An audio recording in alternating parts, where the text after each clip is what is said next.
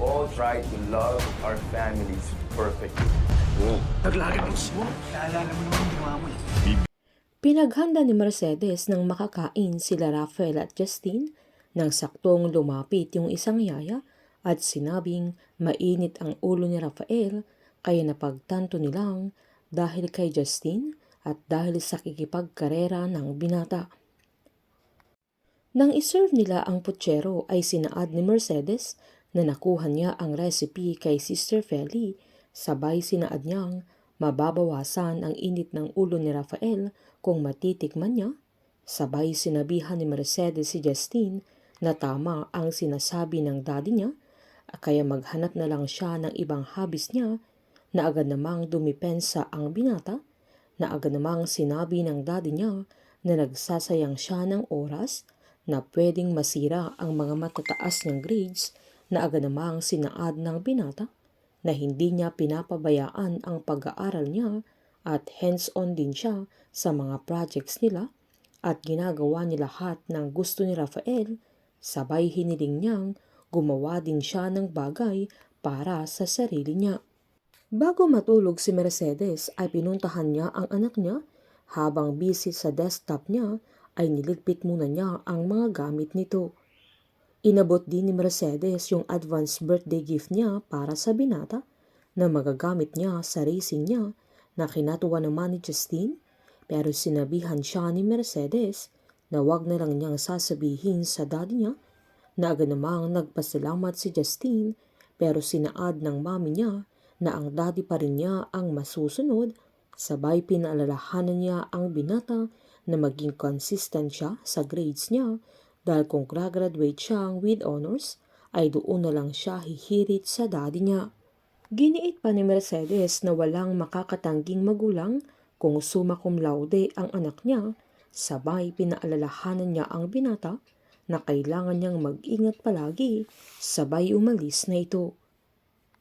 Nang makaalis na si Mercedes ay saktong tumawag si Steven upang ipaalam kay Justine na kailangan niyang buksan yung link na sinend nito. Pagbukas ni Justine ay isang report mula kay Shaira kung saan natagpuan na ang bangkay ni Roland. Dahil sa napanood ni Justine ay natakot ito, lalo't sila ang dahilan kung bakit namatay ang binata. Nang mag-video call silang magkakatropa ay sinaad ni Justine na mahihirapan ang mga pulis na i-identify yung bangkay, pero sinaad naman ni Steven na pwede silang mahirapan pero hindi imposibleng ma-identify ng kapulisan. Kinausap naman ni Mercedes si Rafael na baka lalong magre-rebelde ang anak nila kapag masyado niyang dinidiktahan, na agad namang sinaad ni Rafael na hindi niya alam kung papaano pinalaki si Mercedes ng mga magulang niya, sabay sinaad niyang alam niya kung anong nakakabuti para sa anak nila. Agad namang sinumbat ni Mercedes na i-a-apply ni Rafael kung papaano siya pinalaki ng Tito Jaime niya, sabay sinaad niyang pareho lang silang mag-ina na pagdating kay Rafael ay sinusubukan nila pero parang laging kulang. Sinuyo naman ni Rafael ang asawa niya at pinaintindi niya na namatay ang mga magulang niya sa car accident, kaya ganun na lang ang pag-iingat niya sa anak nila. Habang pinuntahan ni Grace si Moy sa magiging boarding house niya para matulungan siyang magayos ng mga gamit niya at makapaglinis na din.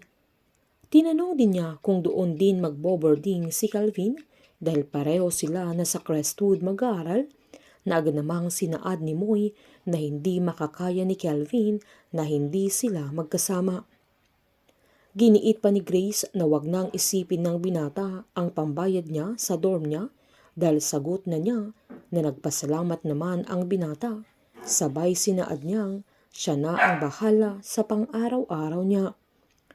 Nangako pa si Grace na kung may extra siya ay ipapadala niya sa binata, na papirong sinabi naman ni Moy na pang-gin na lang ni Mang Estong.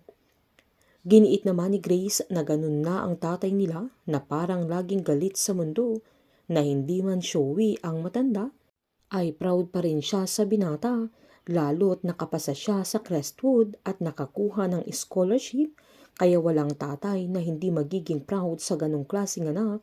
Pero sinaad naman ni Moy na katulad niyang isang ampon. Sinubukang hanapin ni Moy ang mga magulang niya pero wala siyang napala, kaya nagpapasalamat siya kay Grace dahil ramdam niya ang pagmamahal niya para sa kanya na kahit hindi sila magkadugo. Painit ng painit ang mga tagpo, sabay-sabay po nating subaybayan ang advance episode ng Pamilya Sagrado dito lamang po sa aking channel. Patuloy lamang po manood at mag-subscribe para ma-update po kayo sa mga susunod na episode. Marami pong salamat.